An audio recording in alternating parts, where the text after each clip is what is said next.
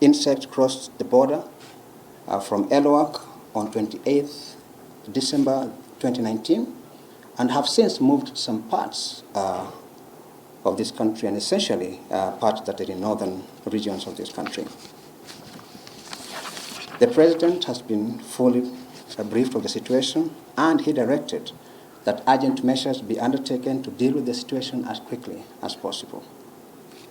Subsequently, a meeting under the auspices of the Ministry of the Interior and Coordination of National Governments, attended by various agencies and Desert Locust Control Organization of East Africa, which is a regional UN-affiliated organization, was held today at the Ministry of Interior to determine the progress of the implementation of the President's directive to deal with the situation.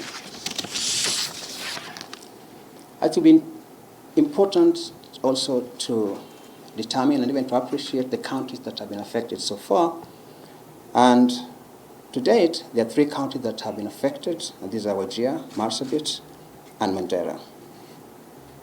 Even with those countries, then what is the government doing to ensure that the situation is contained where it is? Now, intervention by the government have initially been about monitoring and surveilling from as early as November last year, and have in addition, the government has taken the following measures. Ground local support teams to monitor and create awareness to local communities already have been mobilized and deployed to all the affected counties. These teams will, in addition, also undertake survey and guide aerial spraying teams. This means that there will be, and this, like I'm going to explain when, aerial spraying team that will be spraying areas that have been affected by the locust. Additionally, 3,000 liters of chemical for spraying the locust have been acquired. This was acquired a week ago and have so far been dispatched to the affected counties.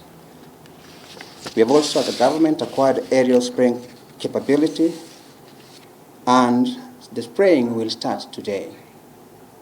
The aircraft will be positioned in Wajir, from where all the affected counties shall be sprayed.